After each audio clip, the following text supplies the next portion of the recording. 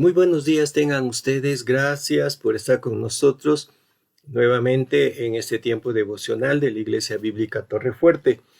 Pues hoy es día 6 de julio y pues gracias a Dios que nos permite llegar ya prácticamente a la mitad del año, ¿verdad? Se ha ido muy rápido y espero pues que en este tiempo el Señor les haya bendecido muy ricamente a todos ustedes. Gracias por sus comentarios, por sus recados que nos dejan en las redes. Gracias. Tengo aquí algunas personas que nos han mandado saludos. Hermana Angie Pedraza, gracias. Rudy Castro, Sara González, Lorena Rosas, Mario López, Irma Argüelles, María de la Cruz Limón. Gracias por sus palabras de ánimo. También gracias por sus oraciones.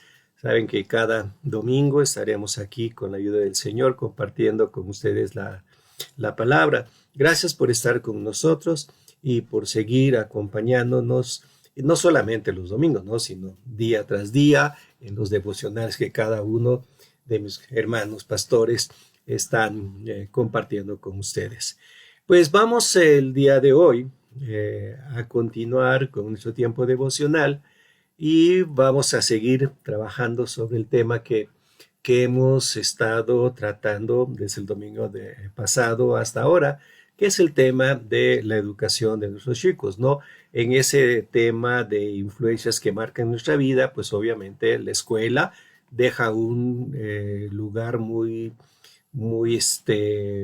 pues muy palpable, una huella muy profunda en cada uno de nosotros. Yo creo que todos recordamos nuestro tiempo de estudio en la escuela, ¿verdad? No sé cuál fue tu mejor experiencia, si el kinder, la primaria, la secundaria. He oído diferentes cosas, ¿verdad? Pero creo que todos nosotros tenemos experiencias de todo tipo en nuestra educación y eso nos ha marcado profundamente. Así que me gustaría hacer una serie de reflexiones siguiendo con este tema, pero antes, si me permiten, vamos a pedir al Señor que Él tome este tiempo y nos dirija en lo que tenemos que reflexionar.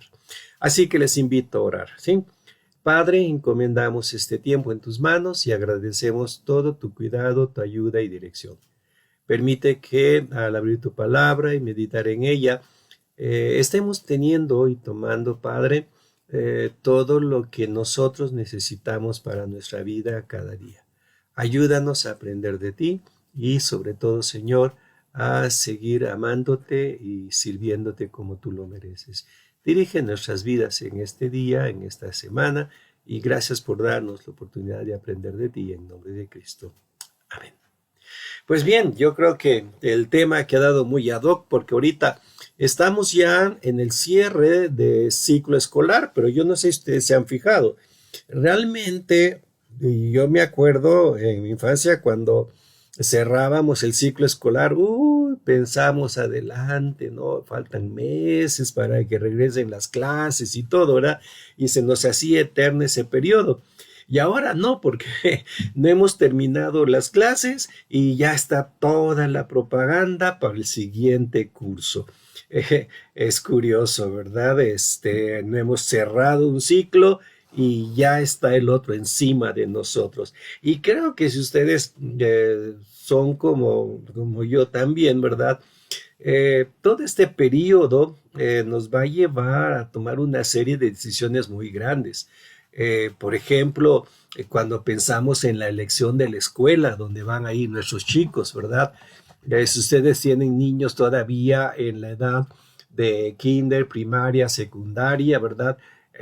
Como que la decisión es muy fuerte porque a qué escuela los voy a meter. Si salen de kinder y van a la primaria o de primaria a la secundaria o de secundaria a la preparatoria, estamos ya en todo ese problema. El problema se nos relaja un poquito cuando los chicos tienen que decidir su carrera y tienen que decidir la universidad a donde van a ir a estudiar, pero eso ya es un poquito más de ellos. Cuando nosotros somos padres, el cambio de ciclo pues nos crea todo este problema, porque pensamos cuál será la mejor escuela, ¿no? Y pensamos en las instalaciones de la escuela, pensamos en la planta docente, los maestros que tienen esa escuela, ¿verdad? O simplemente, a veces incluso nos llama la atención el reconocimiento que tenga esa escuela. Quisiéramos lo mejor para nuestros chicos.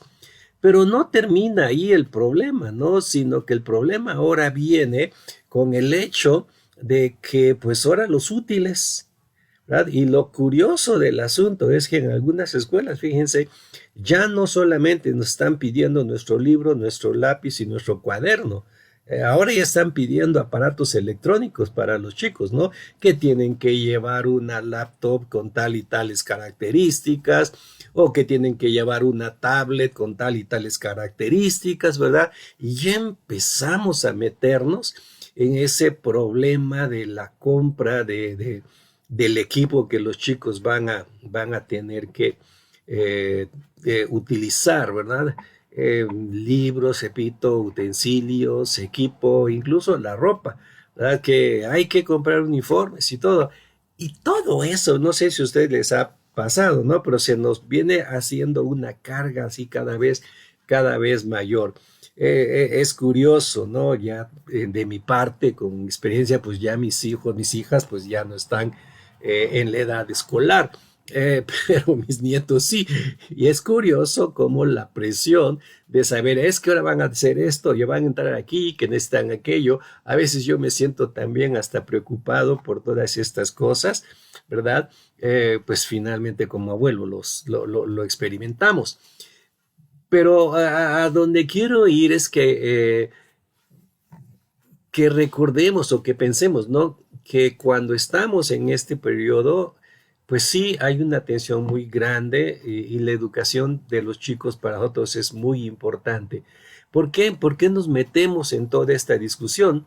Obviamente porque deseamos que nuestros hijos tengan la escuela en donde obtengan realmente todos los conocimientos necesarios para poder enfrentar los problemas de la vida.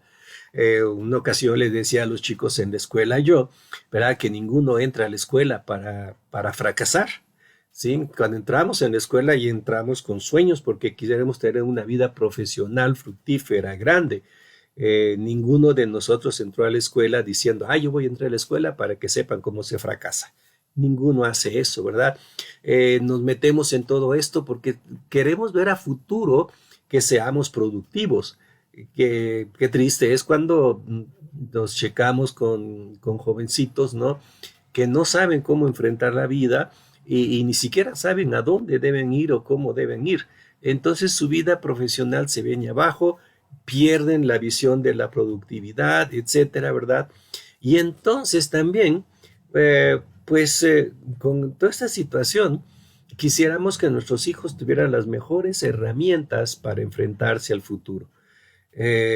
Y cuando hablamos de herramientas, ¿verdad? No solamente estamos hablando de las herramientas de carácter cognitivo, es decir, que sepan hacer cosas, sino que también estamos en el proceso de que nuestros hijos puedan saber cómo resolver problemas, ¿verdad? Eso es parte de la vida y muchas de las veces, si ustedes se han fijado, algunas de las cosas que nosotros deseamos de nuestros hijos no los vamos a encontrar en la escuela, ¿verdad?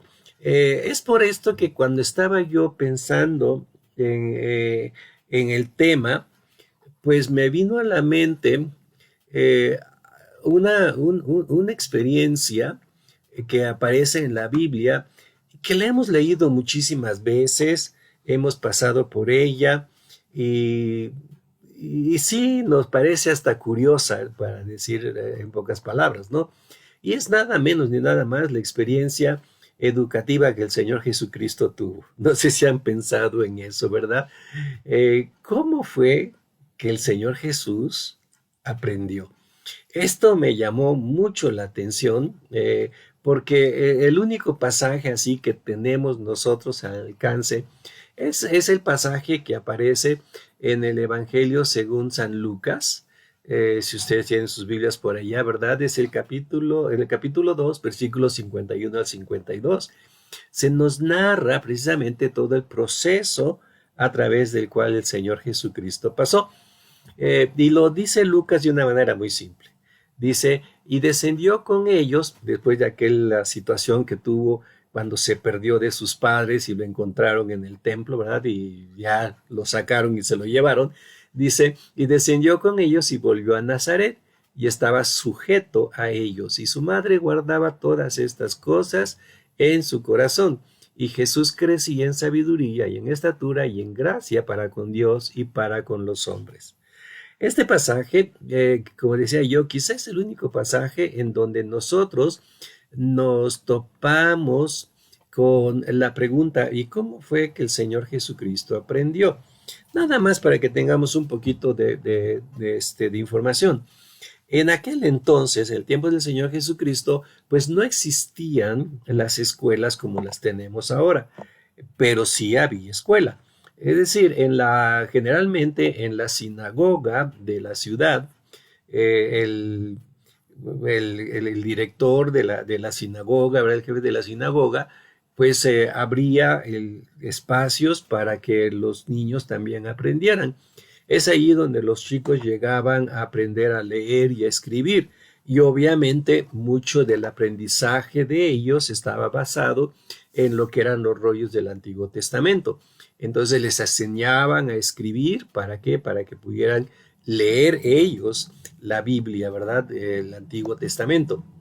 Entonces, este era el proceso. Obviamente, junto con esto, pues aprendían algunas otras cosas allí. Pero este era el sistema educativo que ellos tenían, ¿no? De la escuela dentro de la sinagoga.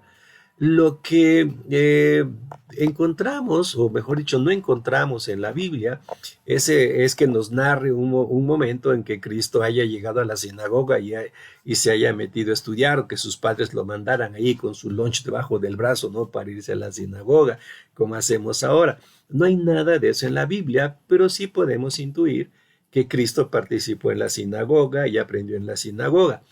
¿Y por qué digo esto? Precisamente por el pasaje que acabamos de leer hace un ratito, ¿no?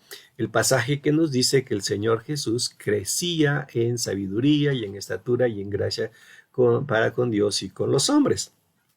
Y que también él estaba sujeto a sus padres. Entonces, estos dos textos, estos versículos de Lucas, pues nos dejan ver aquí un dato muy, muy interesante. Lo estaba yo reflexionando y estudiando un poquito más a fondo y me di cuenta de algo que generalmente no lo tomamos en cuenta.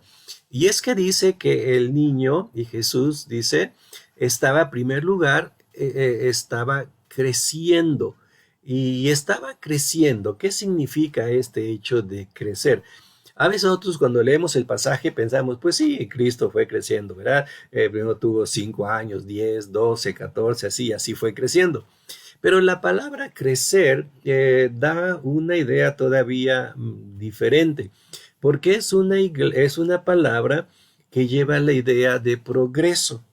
Es decir, no es solamente el crecimiento físico, sino que también es el progreso que se obtiene en diferentes áreas de la vida.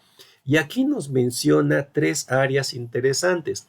La primera área en que Cristo tuvo que mostrar progreso, o mejor dicho, progresó, fue en su conocimiento, es decir, utiliza aquí la palabra sabiduría. Esta palabra sabiduría es la palabra que nos lleva a hablar de inteligencia, de conocimiento, de discernimiento, ¿sí? De ingenio, de creatividad. Fue muy interesante esto, ¿no? Porque Cristo, siendo Dios, recuerden ustedes, dice en la carta a los Filipenses que Él se despojó de sí mismo. Y esto significaba básicamente que Él dejó a un lado todas aquellas atribuciones que como Dios podría haber tenido. Y entonces Él decidió pasar por un proceso como todos nosotros lo pasamos. Y parte de ese proceso era aprender. Entonces creció en inteligencia, en sabiduría, en ese conocimiento, en esa creatividad para hacer las cosas. A veces pensamos que Cristo era muy creativo porque era Dios, pero él dejó esa prerrogativa a un lado y él como hombre decidió aprender a hacer las cosas y aprendió a ser creativo. ¿Sí? Entonces, el conocimiento fue una de las cosas que Cristo desarrolló, ¿sí?, a lo largo de su vida. La segunda cosa, dice que también avanzó, progresó en su estatura, ¿verdad? Y aquí la palabra estatura no necesariamente se refiere a la estatura física, ¿no? Que va creciendo, creciendo, creciendo, creciendo. No, sino que significa básicamente madurez en la edad. Es decir, a medida que va avanzando y que va creciendo, va teniendo madurez, ¿sí? Entonces, a la estatura física, obviamente, se le va anexando lo que es la madurez. Y ustedes saben precisamente que en la adolescencia es una de las etapas, la adolescencia es una de las etapas más difíciles para los niños. ¿Por qué? Porque en esa adolescencia su cuerpo de pronto hace movimientos muy raros, muy bruscos, y muchas veces se convierten, ustedes los han visto, ¿verdad?, hasta en un poco torpes. Bueno, Cristo tuvo que pasar por eso y tuvo que aprender a controlar su propio cuerpo a medida que iba creciendo. Y no solamente eso, sino que también dice que él fue desarrollándose, avanzó, progresó en el área de la gracia. Dice la gracia de Dios y con los hombres. La palabra gracia tiene mucho que ver con el trato interpersonal.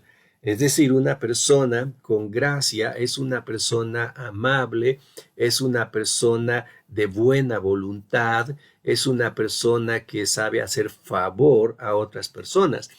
Y lo curioso es que noten ustedes que el vivir con gracia para con Dios y para con los hombres es algo que nosotros también tenemos que ir aprendiendo. ¿Y cómo lo aprendemos? Pues lo aprendemos a través de la enseñanza que tenemos en el hogar. Cuando papá nos dice ayuda a tu mamá, ayuda a tu hermana, levanta eso, tiende tu cama, y si va en la iglesia ten tu ofrenda, ¿verdad? Tienes que aprender a ofrendar. Aprender a hacer todas estas cosas es aprender a tener un corazón amable y una vida de amabilidad. Entonces, fíjense, tres elementos por los que Cristo tuvo que pasar. Uno, por la inteligencia, por el conocimiento, la creatividad, el desarrollo de esto.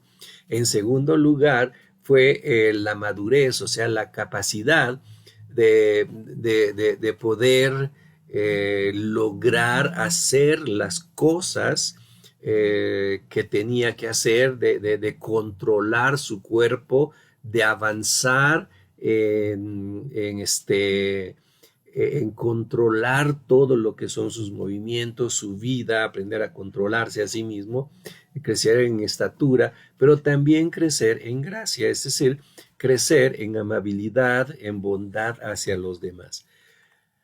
Lo que me ha llamado la atención es que si ustedes se fijan, aquí estamos hablando de un proceso que es aparentemente natural, ¿sí? Todos pasamos por eso, uno y otro, ¿verdad? Y cuando llegamos a tal edad, ya lo tenemos todo. Sin embargo, a mí me llamó mucho la atención que todo este proceso del Señor Jesucristo fue un proceso que se desarrolló no en la soledad, sino que se desarrolló bajo supervisión de sus padres. ¿Lo notaron ustedes? En el versículo, los versículos que acabamos de leer, el versículo número 51 nos dice así, ¿verdad? Que él descendió con sus padres y volvió a Nazaret y estaba sujeto a sus padres. ¿Qué significa esto? Que Cristo estaba subordinado. Cristo estaba bajo la autoridad de sus padres, estaba sometido a sus padres. Así que el proceso de crecimiento del Señor Jesucristo, su educación, no fue una educación que se dio así como las florecitas del campo, que solita fue creciendo, sino que se dio en una relación estrecha con papá y con mamá. Esto me llevó a pensar que la educación de nuestros hijos, fíjense, no depende de la escuela. A lo mejor había muy buen maestro dentro de la sinagoga y tenía buenos materiales en la sinagoga. No, mucho de lo que Cristo aprendió, lo aprendió de sus padres.